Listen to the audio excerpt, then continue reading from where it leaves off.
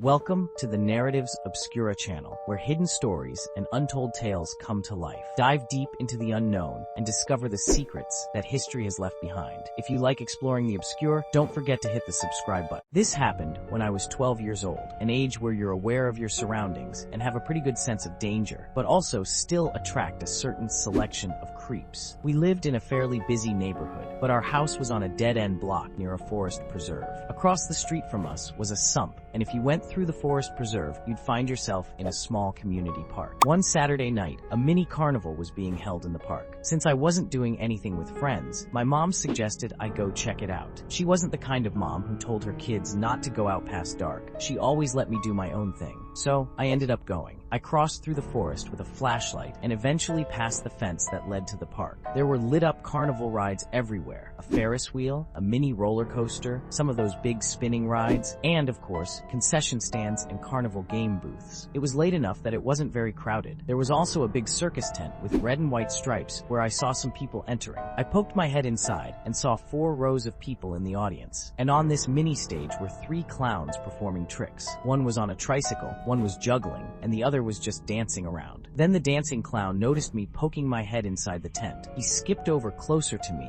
and started waving his index finger, signaling for me to come closer or come onto the stage. I didn't know which, but I didn't want to do either, so I walked away. I ran into a friend at one of the carnival games and hung out with him for about half an hour. Pretty soon the carnival was closing down and everybody was starting to leave. I said goodbye to my friends and made my way towards the woods again. I was near the fence when I heard it. Footsteps coming from behind me. It was one of the clowns, the one who was waving me over earlier. He asked if I wanted to check out the backstage area of the circus tent and see some of the cool things the guests couldn't see. I said no very quickly and walked into the forest, looking back every few seconds to make sure I wasn't being followed, and I wasn't. The clown just stood there watching me with a painted-on smile on his face, making the situation even more disturbing. When I was out of view, I began to run for a bit until I was confident he wouldn't be able to find me. I wasn't going to tell my mom what happened because I loved being allowed out whenever I wanted and feared that this might ruin that. It's a half-mile walk through the woods. I was probably 3/4 of the way there when I heard it again. This time, I immediately felt sick when I heard it. I turned and saw the same clown walking out from the darkness of the woods into the light of my flashlight. When he was close enough, I threw the flashlight at him and ran for it in the direction of my house. I heard him close behind me until the road was visible. Then I heard him turn around. When I got home, I was breathing like I'd just run a marathon, and my mom was, of course, concerned. I still didn't want to tell her what happened, so I lied and said I jogged the whole way back. After that, it never came up again.